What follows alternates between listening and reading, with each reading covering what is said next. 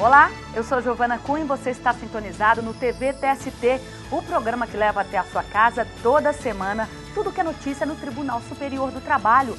Veja o que preparamos para hoje.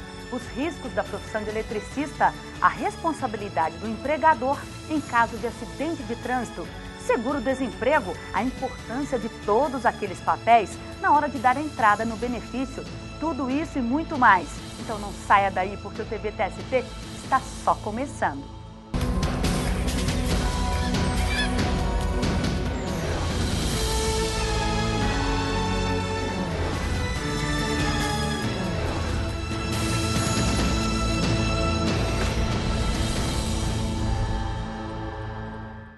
E para ficar ligado nas decisões do TST, a gente começa com um resumo das principais notícias da semana.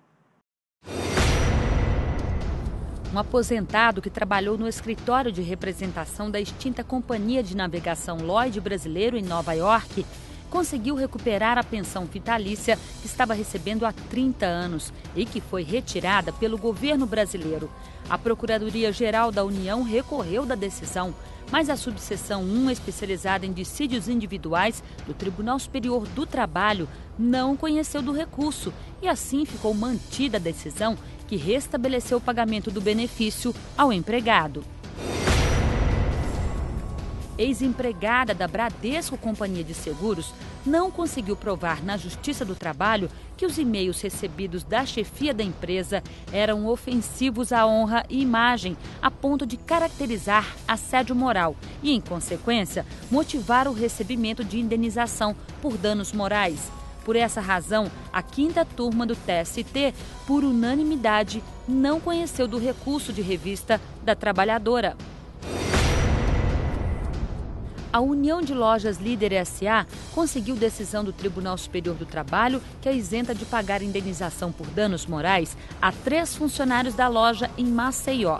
Além da revista em mochilas e pochetes, os empregados alegaram ter sido vítimas de piadinhas maldosas dos fiscais durante as saídas do trabalho. Na instância regional, a empresa havia sido condenada a pagar R$10 mil a cada trabalhador.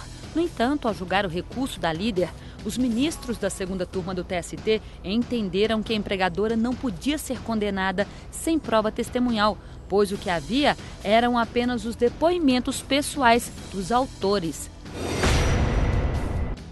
A capacitação de 20% de magistrados e 20% dos servidores na utilização do processo judicial eletrônico e em gestão estratégica e a implantação do PJE em pelo menos 10% das varas do trabalho de cada um dos 24 TRTs são as principais metas da Justiça do Trabalho para 2012. As metas específicas para o Judiciário Trabalhista, no total de 5, foram aprovadas durante o 4º Encontro Nacional do Judiciário, realizado em Porto Alegre pelo Conselho Nacional de Justiça. Para o presidente do TST, ministro João Oreste Dallazen, o intuito é o de conferir ainda maior legitimidade às metas do próximo biênio. Ficar no escuro. Tá aí uma situação que deixa a gente em dificuldades, seja no trabalho ou em casa. E para solucionar o problema da falta de energia, entra em cena o eletricista, um profissional que muitas vezes enfrenta vários riscos no exercício da função.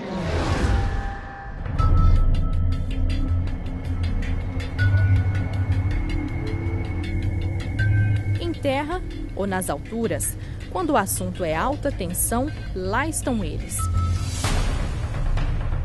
Cenário que assusta muito o trabalhador, mas não os eletricistas. Que a profissão é arriscada, não há dúvida. No trabalho com energia elétrica, às vezes o contato é com até 12 mil volts. E os números confirmam o perigo.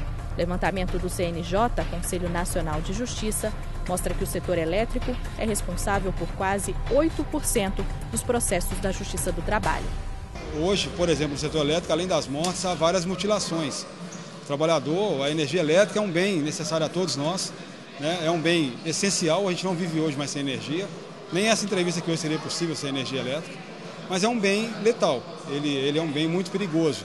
É uma média de um trabalhador morto a cada 45 dias, então é uma condição que hoje a gente não consegue mais conviver. E nesta profissão, O serviço surge de várias formas, desde o trabalho em usinas de geração de energia até a manutenção urbana e de bombas hidráulicas. E se engana quem pensa que o perigo só corre quem está nas grandes estações de abastecimento. Até nos trabalhos mais simples de manutenção da rede elétrica, o acidente de trabalho pode acontecer. Basta um choque ou curto-circuito para pôr em risco a vida do eletricista. José Gomes sabe disso. Há 5 anos, trabalha com a manutenção da rede elétrica de residências e prédios comerciais. Parece bem mais simples, não é? Mas só parece. Ele não se livrou dos acidentes de trabalho. Tem gente que resolve trocar o interruptor e fala, o interruptor é simples, eu vou trocar. Acaba ganhando choque. Então tem coisa assim, falou que a eletricidade tudo tem risco. Acidentes que, aliás, já fazem parte da rotina. Não tem conta, porque é diário, né? Todo dia se acontece, é raro.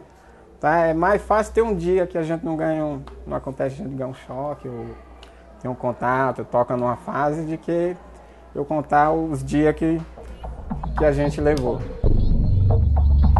Ele mostra que toda a manutenção da rede elétrica acontece nesta sala. A placa de alta tensão dá o alerta. Em pouco mais de 10 metros quadrados, são 3 com mais de 10.000 volts cada. Entendeu? Essa barra de cobre aqui, ela é fatal. Não tem desculpa. Risco que Milton conhece bem de perto e não vai esquecer jamais. Na manutenção de uma central elétrica, levou um choque. As sequelas vai carregar pelo resto da vida. Na época eu comecei a trabalhar nesse tipo de serviço, nem segurança tinha direito. E nunca teve. Eu fico triste de estar dentro da minha casa, o sindicato me ligar, falar comigo que eu sofri um acidente. Isso quando morre a pessoa, quando fica mutilado igual eu fiquei. E quanto maior o risco, maior também tem que ser a proteção, não é mesmo? Por isso que o eletricista, além de ficar muito atento aos perigos que são evidentes, precisa fazer dos equipamentos de proteção companheiros inseparáveis.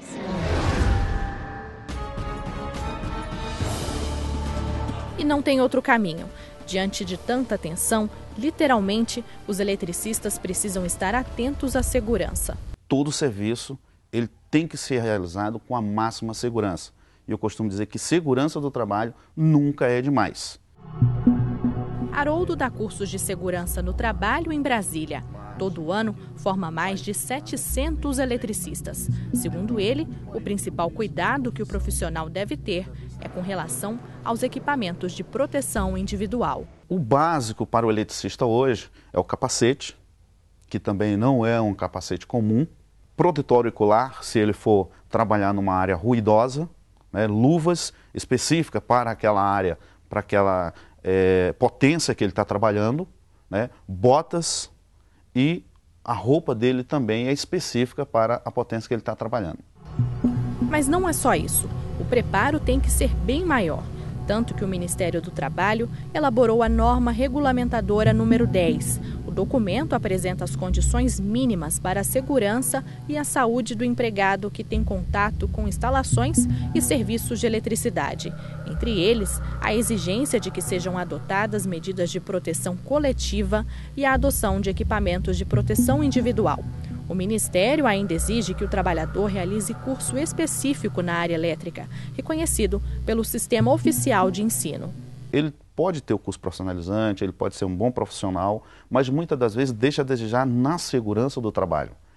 E a NR10 hoje traz uma grade curricular, através desse curso, que o profissional passa por esse treinamento para ele saber fazer o serviço que muitas das vezes ele já faz, mas com mais segurança. Mas nem sempre essas regras de segurança são seguidas à risca. Na prática, muitos eletricistas acabam deixando a segurança de lado. A maioria de choque que a gente leva ou é por descuido ou por excesso de confiança. A classe operária, o trabalhador hoje, está consciente que ele tem que cooperar com a segurança do trabalho para que esses acidentes diminuam. Então o eletricista, por sua vez, ele tem consciência. Se não houver falha no treinamento, se não houver falha na classificação do pessoal, no treinamento da equipe, ele é consciente que ele tem que aderir às normas de segurança do trabalho, conscientemente, para que os acidentes sejam, de uma vez, eliminado da nossa sociedade e sendo que isso é um benefício para o próprio trabalhador.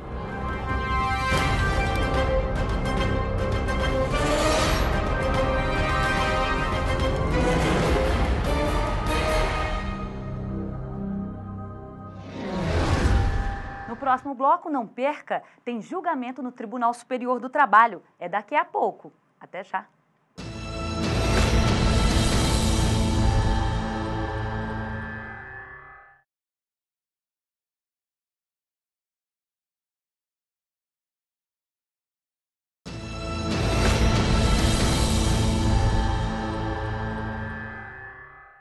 A súmula 389 do TST fala sobre o documento necessário para dar entrada no seguro-desemprego. Veja o que a falta dele pode provocar. A súmula 389 diz que a Justiça do Trabalho é responsável por julgar os processos entre empregado e empregador que tem por objeto a indenização pela falta de fornecimento das guias do seguro-desemprego. O não fornecimento pelo empregador da guia necessária para o recebimento do seguro-desemprego dá origem ao direito à indenização. Ela trata das hipóteses em que o empregado necessita pleitear perante o Poder Judiciário uma indenização substitutiva ao não fornecimento de tais guias. O item 1 da súmula, ele declara a competência da Justiça do Trabalho para processar e julgar os pedidos indenizatórios pela não concessão do fornecimento e o fornecimento da guia do seguro-desemprego quando no ato demissional. Já o item 2 da súmula 389, ele declara que, no caso de não fornecimento da guia, cabe o pedido indenizatório referente aos prejuízos obtidos pelo empregado por não gozo do benefício previdenciário.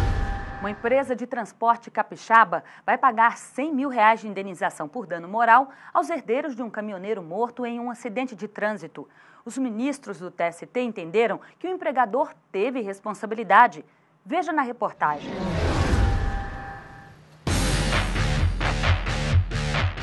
Motorista particular, de ônibus, caminhoneiro e até motoboy. Trabalhar todos os dias no trânsito não é fácil. O risco de acidente é constante. A gente vai vendo acidentes com colegas de trabalho, amigos.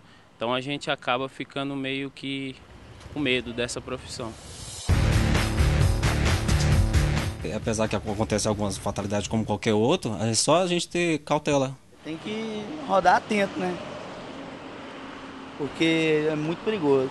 Em alguns casos, os acidentes podem ser fatais. Foi o que aconteceu com um motorista no Espírito Santo que morreu depois de bater o caminhão e cair em um barranco. Os herdeiros, então, entraram na Justiça do Trabalho pedindo o pagamento de indenização por dano moral.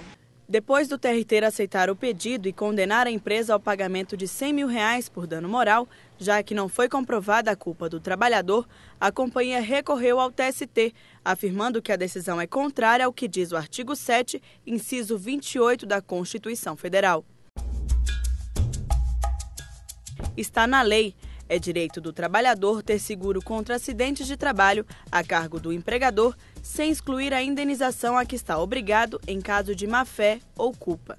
Mas o relator do caso, na seção 1 de dissídios individuais, juiz convocado Sebastião Geraldo de Oliveira, não aceitou o recurso da empresa. Para ele, não é possível afirmar que a companhia não tem responsabilidade sobre o trabalhador, já que a função desempenhada era de risco acentuado. Por isso, a empresa vai ter que pagar R$100 mil à família do motorista.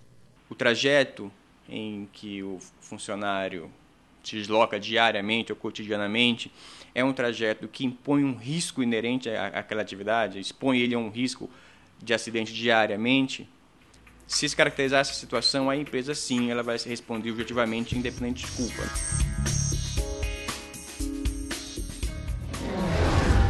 Acompanhe agora o julgamento do caso.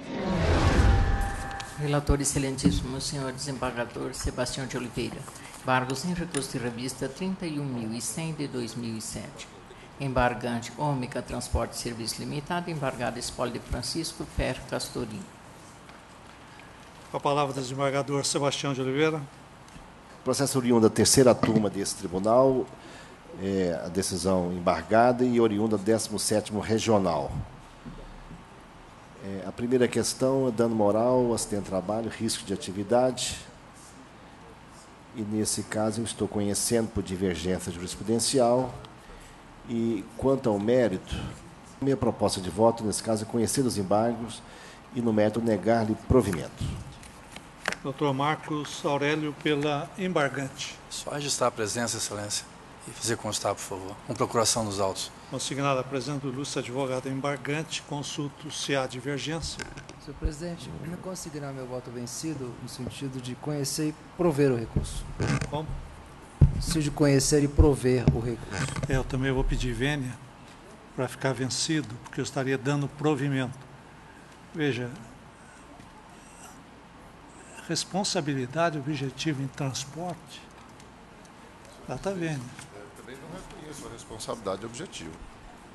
Se tem trabalho, se fosse... eu vou pedir vênia ao ministro relator para acompanhar a divergência. Eu provejo. Ministro Lélio.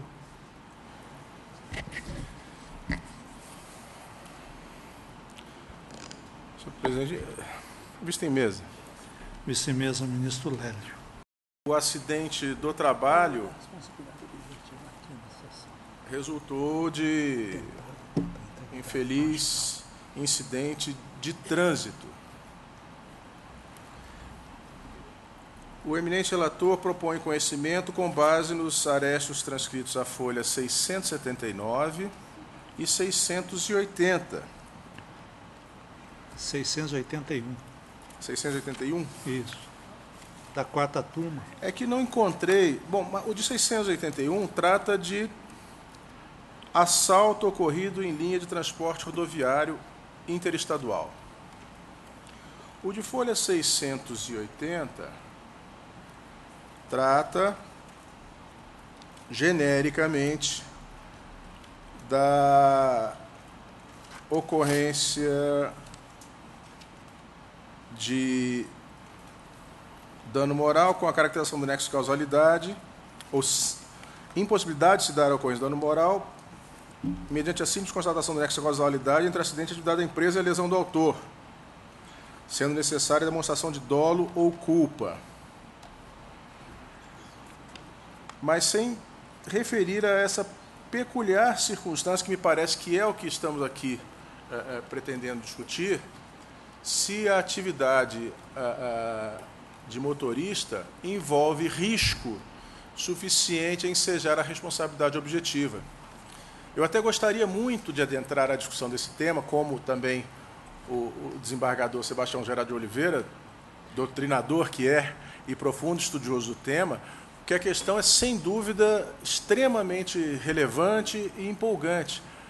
Mas me parece que, nesse contexto, os arestos trazidos são por demais genéricos, quando não se referem à hipótese diversa. Então, a primeira dificuldade que tem, senhor presidente, é de entender caracterizada a divergência jurisprudencial. Me parece que, diante das circunstâncias dos autos, precisaríamos encontrar no recurso de embargos um aresto que dissesse: a atividade de motorista não implica por si só risco capaz de justificar a responsabilidade direta do empregador. Aí sim, entabularíamos essa candente discussão. Por isso, eu pediria vênia à Sua Excelência para, no caso concreto, não conhecer dos embargos. Agora, caso conhecido, eu acompanho o entendimento do eminente relator. E por que eu faço? Primeiro, porque não há dúvida de que o acidente de trânsito se deu no horário de trabalho e o empregado encontrava-se a serviço da empresa em automóvel da empresa, num caminhão da empresa. Logo, é acidente do trabalho.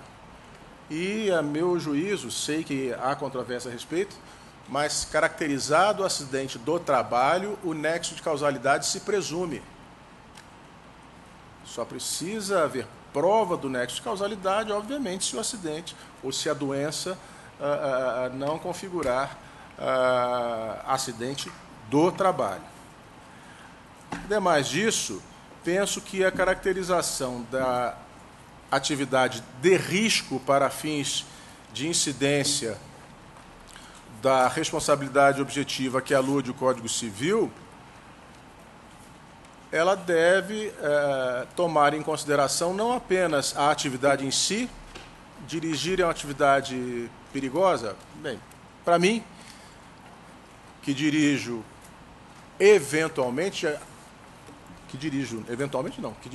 diariamente, mas não com a mesma intensidade ou com a mesma frequência que um motorista profissional, a meu juízo, essa quantidade de vezes ou o tempo que o empregado passa no trânsito, sobretudo quando o transporte é interestadual, exposto a risco, é muito maior do que quem se expõe ocasionalmente a esse risco.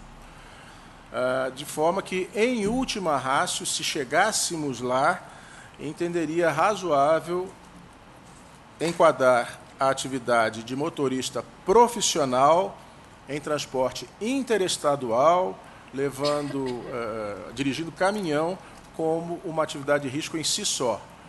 Mas isso apenas se não acatássemos a tese do acidente do trabalho com o nexo de causalidade presumido e, antes disso, se for possível conhecer por divergência, o que me parece inviável no caso concreto. Por isso, pedindo veementemente ao relator, não conheço desembargos, caso conhecido, acompanho integralmente o voto de Sua Excelência. Ministro Brito, conhece ou não? Conheço. Eu conheço, senhor presidente, porque o eminente ministro relator assenta que o aresto cotejado adota entendimento pelo qual não se ia falar em responsabilidade objetiva na hipótese. E ali, no acordo embargado, tratou-se de responsabilidade objetiva.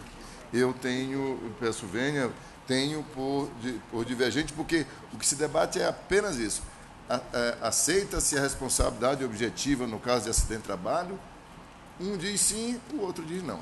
É uma leitura muito mais simples do que aquela que faz o eminente ministro Lélio. Eu peço vênia a Sua Excelência, conheço, e já na primeira rodada já disse que não concebo a ideia da responsabilidade objetiva, portanto, dou provimento. Vota com o relator. Ministro Horácio.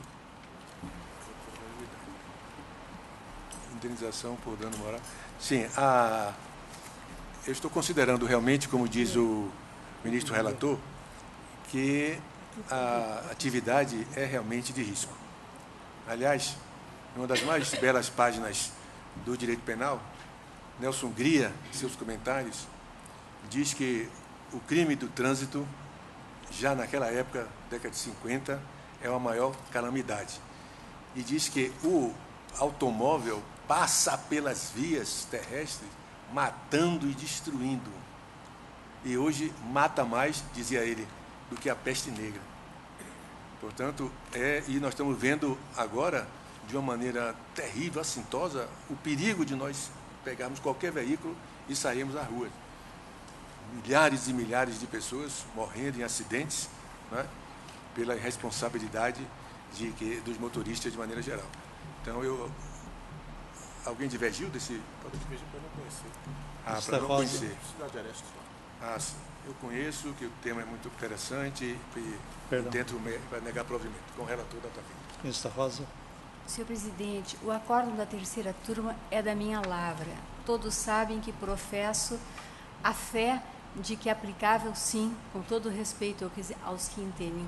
Em contrário, a norma do artigo 927, do parágrafo único do Código Civil, ao processo do trabalho, na medida que entendo que o texto constitucional assegura um mínimo de direitos e de condições de trabalho e que nada impede, portanto, que se estendam outras vantagens, outros direitos assegurados por dispositivos diversos da legislação infraconstitucional. No caso, entendo nessa linha e estaria, assim, ponderando a Vossas Excelências que no caso de motorista de caminhão, de motorista de carga, o caminhão, o veículo, é o seu instrumento de trabalho.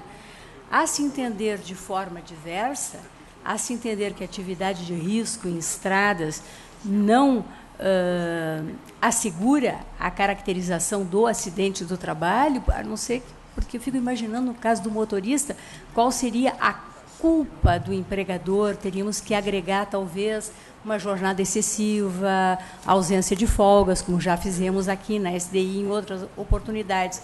Porque, sendo o veículo a máquina de trabalho do empregado, havendo o acidente, não me parece, com todo o respeito, que se possa descaracterizar.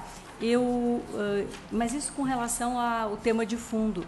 Eu peço, vênia, o eminente ministro Lélio, para conhecer por divergência, como faz o relator, porque verifico que, perante a terceira turma, a tese esgrimida pela empresa já era da impossibilidade de imputação de responsabilidade objetiva no direito do trabalho ao empregador.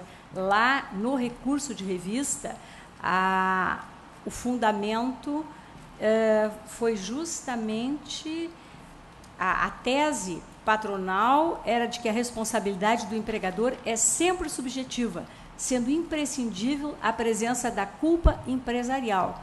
Veio por violação do 7º 28 da Constituição da República, já perante a turma.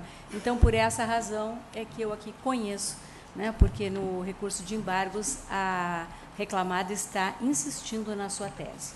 Peço, vênio, a divergência, acompanho o eminente relator, inclusive quanto ao mérito, no sentido de negar provimento. Ministro Augusto. Senhor presidente, eu estou aqui examinando os autos porque a minha preocupação é o seguinte: qual o fundamento dos embargos? Seria o de negar que se aplica o artigo 927, parágrafo único, negar-se a aplicação da responsabilidade objetiva, ou negar-se a aplicação da responsabilidade objetiva nesse caso específico do transporte? Eu, lendo aqui a folha 681, eu percebo que está dito: a terceira turma aplica a responsabilidade objetiva, ao passo que os 3 acórdãos acima, sendo os 2 primeiros da 4ª e o terceiro da 7ª turma, abraçando entendimento diverso, entendem que a responsabilidade do empregador é sempre subjetiva, sendo imprescindível a presença da culpa empresarial, inclusive no setor de transporte, conforme asseverou o último julgado transcrito. A impressão que tenho é que, então, a questão central a ser verificada para efeito de se constatar a divergência é se aplica ou não o artigo 927, parágrafo único. E por essa razão, pedindo vênia ao ministro Lélio, que entendeu pela inespecificidade, eu entendo que esses arestos tratam de responsabilidade subjetiva e acompanho, portanto, o relator. Ministro José Roberto. E acompanhando também na decisão de mérito para desprover. Perfeito. Ministro José Roberto. Senhor presidente, eu também peço vênia à divergência para entender aqui que a questão central é a aplicabilidade ou não a esse caso do parágrafo único do artigo 927 do Código Civil, e também tenho adotado entendimento muito semelhante à eminente relatora do acórdão embargado. Em casos como esse, temos dialogado muito, debatido muito na segunda turma, eu, o ministro Renato, o ministro Guilherme, e eu também peço vênia para entender que há especificidade, razão pela qual também acompanho o relator para conhecer do recurso de embargos, por divergência, mas no mérito negar-lhe provimento, pelos fundamentos já expostos. Ministra Dalaide. Senhor presidente, eu também conheço e nego provimento, acompanhando o relator, pedindo vênia à divergência. Veja, a responsabilidade objetiva, com todas as vênias, decorre da natureza da atividade da empresa. É a natureza da atividade da empresa que vai dizer se o trabalho é ou não inerente, que o risco é ou não objetivamente existente. Por exemplo, se eu trabalho numa empresa de segurança, o risco é permanente, porque a atividade é realmente de confronto, de proteção e confronto. Se eu, por exemplo, trabalho numa empresa de picadeira de cana, que faz trabalho, ela é objetiva. Por quê? A atividade já é, pela própria natureza, de risco. Agora, eu trabalho com um caminhão. A atividade de uma empresa de transporte, ela é de risco? Data vênia, me parece que não é. Por que que não é? Porque é imprescindível que demonstrasse que há uma responsabilidade máxima, média ou mínima do empregador no resultado, porque o fato de se dirigir um caminhão não é por si só motivo. Agora, como diz a ministra Rosa, se ele está sem folga, se ele está má conservação do veículo, se ele está com excesso de trabalho, etc., não há dúvida que o empregador contribuiu. Que aqui a culpa ela é subjetiva, ela não é objetiva, porque é uma atividade, até mesmo para efeito de contribuição para o seguro, ela não é comparada a uma empresa de risco grave. Ela não, a atividade em si de transportar não é atividade de risco. Repito, ela não é, pela natureza intrínseca dela, ela não traz nenhum risco. O risco decorre daquele que dirige. Até porque pode o próprio empregado ser o responsável pelo acidente. Então não é questão de ser uma responsabilidade objetiva. Pedindo todas as vênias, fico vencido, assim como o ministro Brito Pereira. Senhor presidente, sou eu. Pois não. Se me permite, eu não sabia que daria essa discussão toda e eu, como relator, acabei que não tem a palavra, se eu posso acrescentar. Perfeito. De fato, esse é um tema que me é muito caro, sobre a extensão da responsabilidade civil objetiva. No primeiro momento eu conheci porque os acórdãos paradigmas afirmavam categoricamente que não se aplicava responsabilidade objetiva no âmbito do acidente do trabalho. E quanto ao mérito, de fato, o parágrafo 1 de 1927 ficou um pouco abstrato sobre a extensão do que seria considerada atividade de risco ou não. Até estudando esse dispositivo na obra do Miguel Reale, quando ele comenta a história do novo Código Civil, ele menciona que foi deixado, de fato, mais abstrato para que a doutrina e a jurisprudência viessem fixar as balizas do entendimento daquilo que seria de risco ou não. Foi propositadamente deixado mais abstrato. Mas ele cita no próprio livro dele, A História do Novo Código Civil, que a atividade de transporte é um exemplo de atividade de risco. O Miguel Reale, que foi o coordenador do novo Código Civil. Caberá, certamente, à jurisprudência fixar esses limites do que é atividade de risco ou não. No primeiro momento, não há dúvida que toda atividade perigosa implica riscos. Mas o parágrafo 1 de 1927 não se restringiu à atividade de perigo, mencionou atividade de risco. E, nesse sentido, a doutrina e a jurisprudência que vem delimitando o que seria risco acentuado ou risco normal, até porque todo trabalho implica algum grau de risco. O que temos percebido é que o volume de acidente de trabalho no Brasil, especialmente de quem trabalha profissionalmente no transporte de cargas, é um volume muito acentuado. O volume de mortes chega a ser 10 vezes superior ao volume de acidente do trabalho estrito sensu, o volume de morte no trânsito, e aqui conjuga morte no trânsito por acidente do trabalho. No caso concreto, como era um motorista profissional que veio a falecer nisso, nessa atividade de condução, dirigindo, eu entendi que se caracterizava na atividade de risco e por isso que eu proferi o voto, transcrevendo, inclusive, outros precedentes desta sessão. Agradeço a oportunidade de fundamentar um pouco mais o voto. Então, proclamado o resultado, vencido integralmente ministro Moura França e Brito Pereira. Pois não, ministra Dalaide. Eu peço notas degravadas, senhor presidente. Notas degravadas da ministra Dalaide. Agradeço para os senhores ministros, do senhor procurador, dos senhores servidores, declaro encerrada a sessão. E não perca no próximo bloco, tem mais julgamento e nós vamos falar sobre demissão em caso de doença. Então não saia daí, eu volto em 1 minuto. Até já!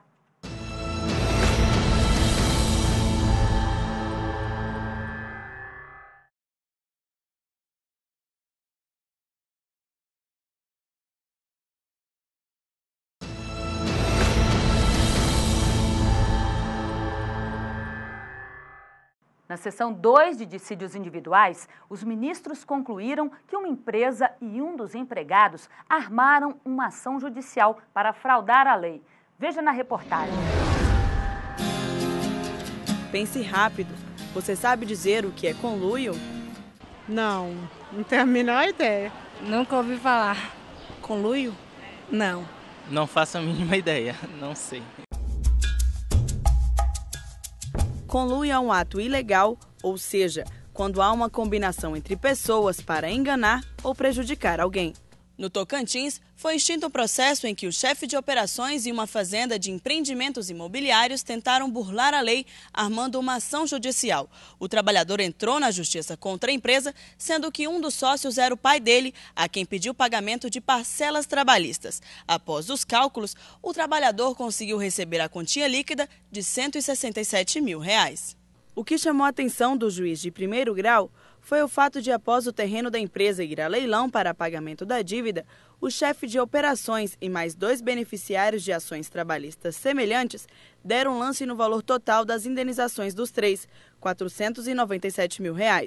Depois de analisar o pedido da arrematação do bem, o juiz avaliou que no imóvel haviam hipotecas a serem pagas ao Banco Nacional do Desenvolvimento, o BNDES, e do Banco do Brasil, além de outras restrições. O juiz do trabalho, então, não aceitou o lance dos trabalhadores e pediu a intervenção do Ministério Público do Trabalho por haver indícios de fraude por parte da empresa e do empregado. Quando o juiz percebe, quando ele está com o material nos autos, que realmente estão tentando usar a justiça para enganar alguém, né? Então ele tem a obrigação de dar uma decisão que produza esse efeito. E se esse efeito for correspondente a uma maior publicidade da decisão, ele vai fazer isso. O operador recorreu à seção 2 de dissídios individuais do TST. O relator do caso, o ministro Vieira de Melo Filho, não aceitou o pedido do trabalhador. Para ele, se o imóvel fosse comprado pelo chefe de operações, o patrimônio voltaria para a família de modo mais benéfico, ficando livre das hipotecas. Por perceber a tentativa de fraudar a justiça, o ministro manteve a decisão da primeira instância e do TRT de Tocantins de extinguir o processo inicial do chefe de operações. Acompanhe agora como foi o julgamento do caso. Relator excelentíssimo senhor ministro Vieira de Melo Filho, processo ROAR 3.500, dígito 95 de 2008, em que são partes Cláudio Márcio Almeida Naimayer e Ministério Público do Trabalho da 10ª Região e Fazenda Nova Querência Empreendimentos Agropecuários LTDA. Ministro Luiz Felipe. Senhor presidente, senhores ministros, no Tribunal da 10ª Região, por meio do acórdão de folha, julgou procedente o pedido de corte rescisório ajuizado pelo Ministério Público e, em juízo rescisório, extinguiu o processo sem julgamento do mérito, com base no artigo 129, entendendo a ocorrência de conluio. O réu inconformado sustenta que exigia prova cabal a demonstração de conluio e, em face disso, pede a improcedência da ação juizada pelo Ministério Público. Eu estou propondo conhecer do presente recurso em ação rescisória e, quanto ao mérito, em síntese, eu proponho o desprovimento. O fato é que a rescisória é movida pelo Ministério Público, na qual resta evidenciado terem as partes engendrado ação trabalhista utilizando-se do processo judiciário com intuito manifesto, em fraude à lei, constituir título executivo privilegiado em detrimento de direitos de terceiro.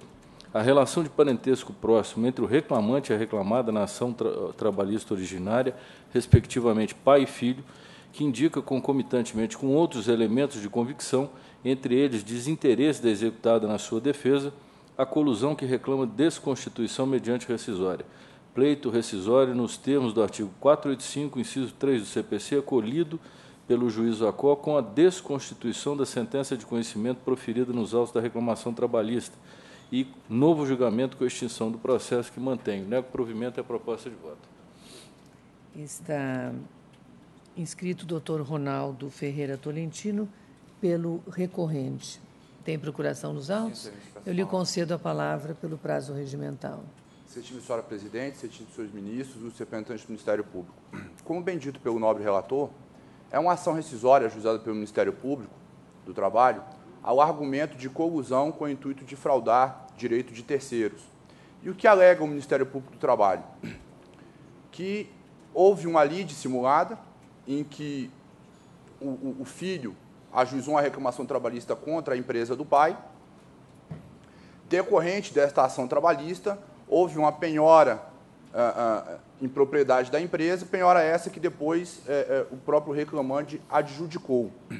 E sustenta em seu inicial o Ministério Público que, diante desta adjudicação da propriedade da empresa, inúmeros trabalhadores deixaram de receber os seus créditos trabalhistas e o Ministério Público elenca quem são esses trabalhadores, elenca essas ações trabalhistas que estariam prejudicadas por esta reclamação trabalhista.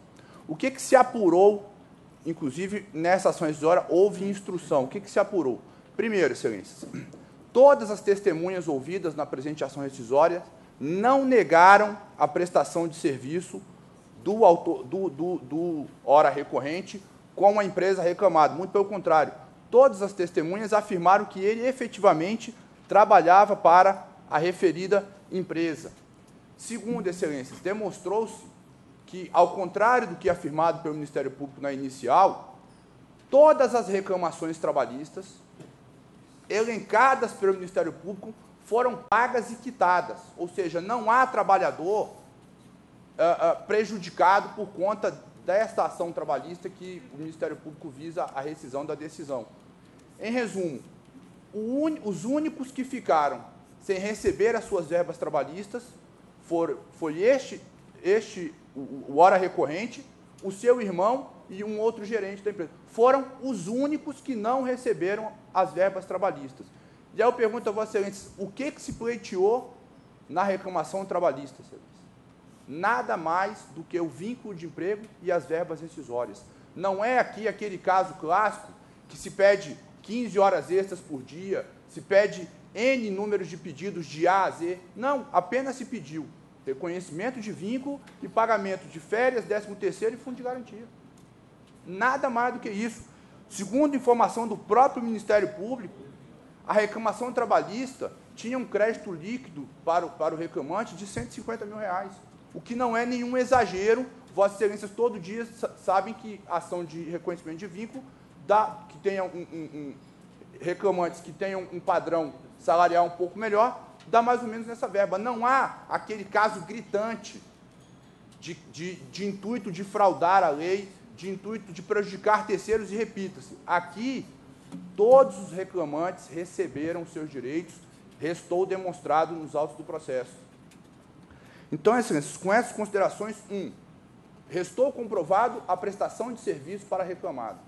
2, não há trabalhador prejudicado, a não ser o recorrente, o seu irmão e um outro gerente, mas não há nenhum outro, todos os demais tiveram suas verbas rescisórias quitadas e pagas, ou seja, não há nenhum terceiro prejudicado com esta reclamação trabalhista. E quarto, Excelência, não ficou demonstrado... tem um detalhe que já ia me esquecendo. Alega o Ministério Público que a empresa foi revel. E isso estaria a demonstrar a colusão e a fraude. O que ocorreu, na verdade, foi que na audiência inaugural, o advogado da empresa compareceu em audiência, apresentou uma petição de requerimento de adiamento da audiência, porque o preposto não pôde comparecer, e o juiz indeferiu. Então, não é o caso típico de revelia em que a empresa simplesmente não comparece. Não.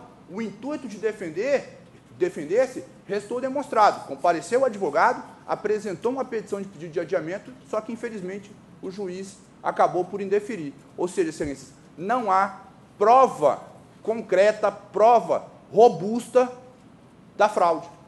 O que há aqui, sim, é mera presunção.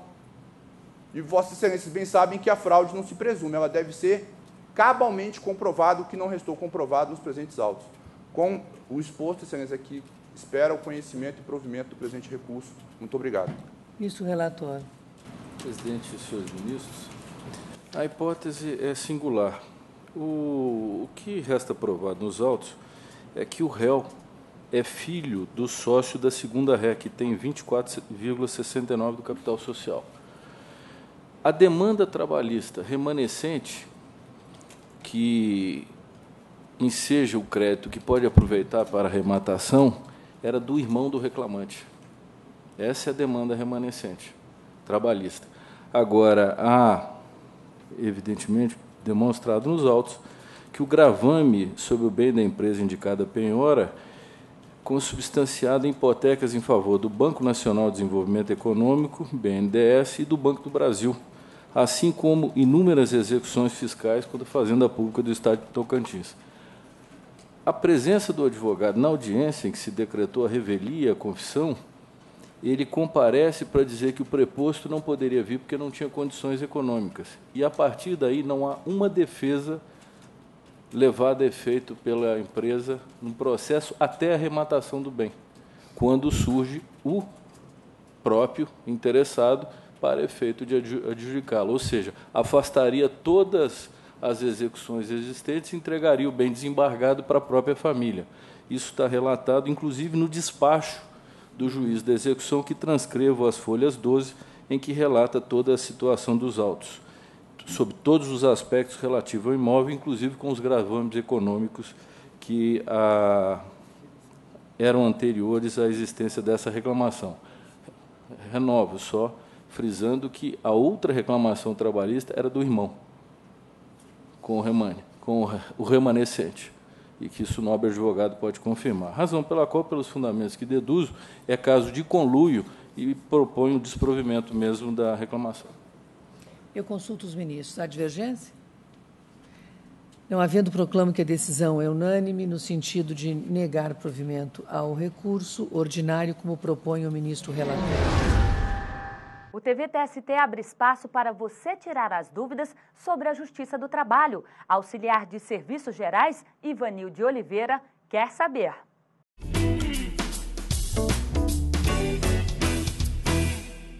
Se eu descobrir que tem uma doença grave, a empresa pode me demitir sem justa causa?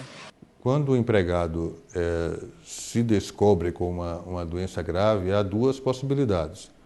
A doença grave pode incapacitá-lo, pode impedir que ele trabalhe.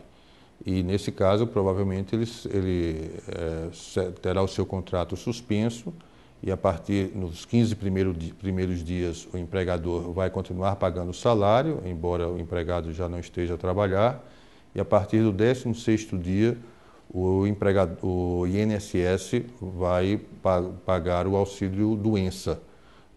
O empregador já não estará obrigado a pagar salário a partir do 16º dia.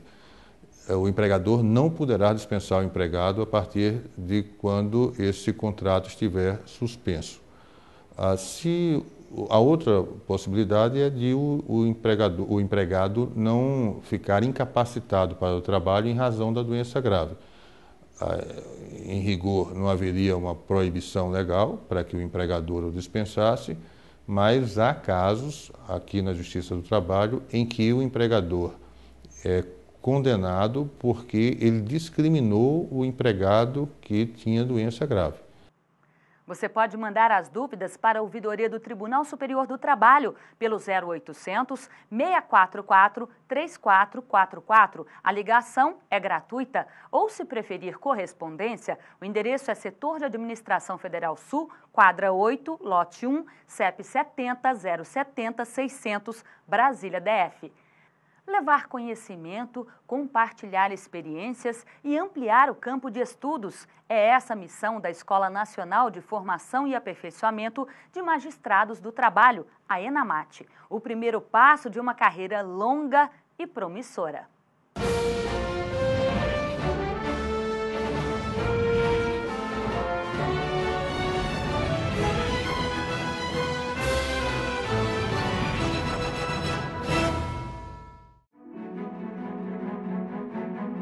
Todos os brasileiros esperam o mesmo, que a justiça seja eficiente e rápida. Além disso, as decisões tomadas pelos juízes nos tribunais do trabalho podem mudar o rumo da vida de muitos empregados e empregadores. Ser juiz é muito mais do que conhecer direito.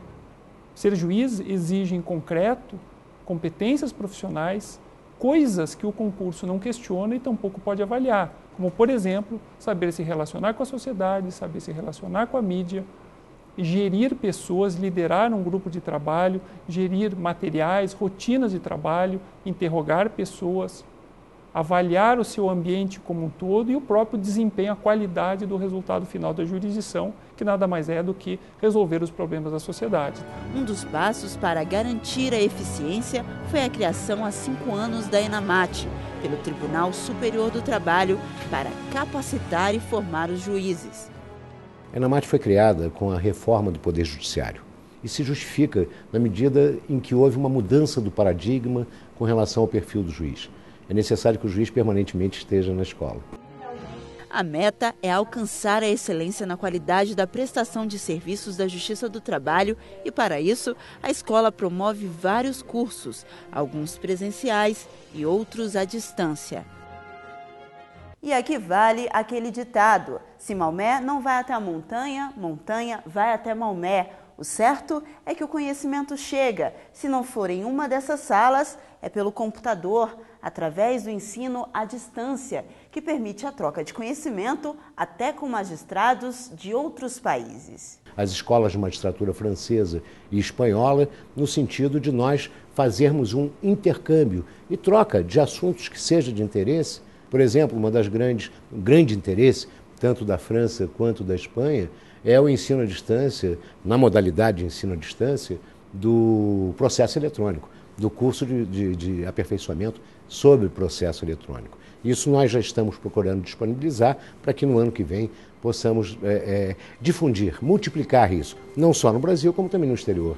A Justiça do Trabalho conta com 24 escolas judiciais, uma para cada região, todas elas coordenadas pela ENAMAT. E as escolas judiciais é a coordenação da Escola Nacional, de modo que todo esse planejamento estratégico, né, possa atingir o nível de excelência para que realmente resulta numa melhor prestação jurisdicional.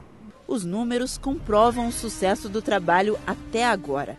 Foram 2.882 juízes formados pela ENAMAT, 591 pelo curso de formação inicial, 1.806 pelo curso de formação continuada, 386 pelo curso de formação de formadores e 99 juízes formados pelo encontro técnico. E todo esse trabalho de capacitação precisa de uma organização detalhada. Afinal de contas, estamos falando do ensino que percorre todo o país. Essa logística já começou, né? A partir de agora nós já estamos assim, começa desde o acompanhamento dos concursos regionais.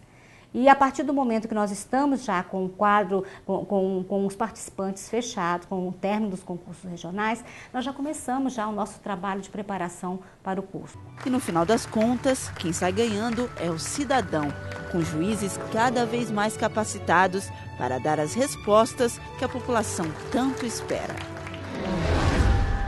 De onde vieram e por onde passaram até chegarem ao TST. Hora de conferir a biografia dos ministros da Corte. Por ordem de antiguidade, conheça a trajetória do ministro Alberto Bresciani.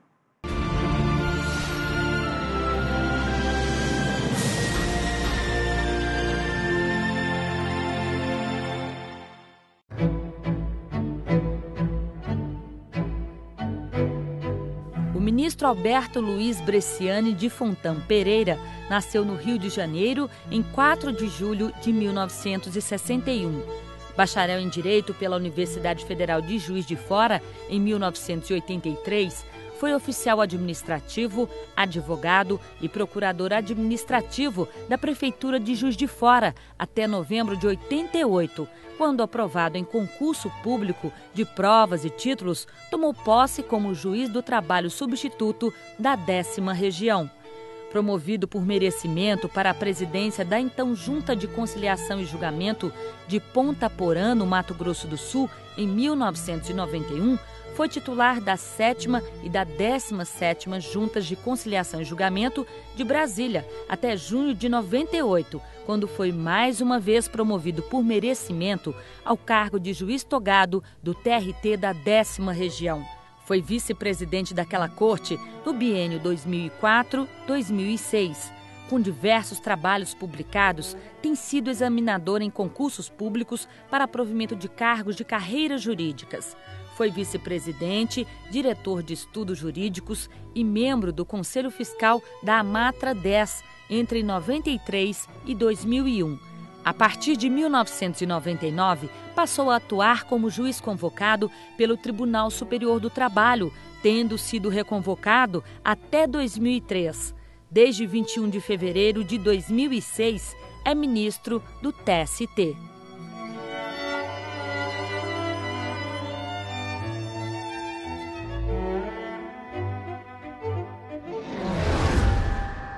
Você pode seguir o TST em todas as redes sociais. Ele está no Twitter, no Facebook, no YouTube e, se quiser acompanhar as notícias do Tribunal Superior do Trabalho em tempo real, o caminho é o site tst.jus.br. Na semana que vem tem mais TV TST. Eu espero você. Até lá!